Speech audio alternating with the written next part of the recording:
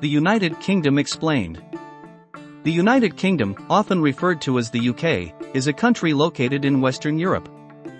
It is made up of 4 constituent countries: England, Scotland, Wales, and Northern Ireland.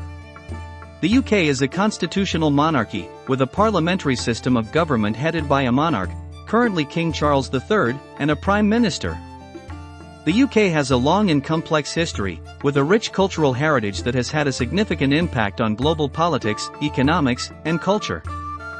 It was a major colonial power during the British Empire, which at its height in 1920 controlled 35,500,000 square kilometers or 24% of the Earth's total land area.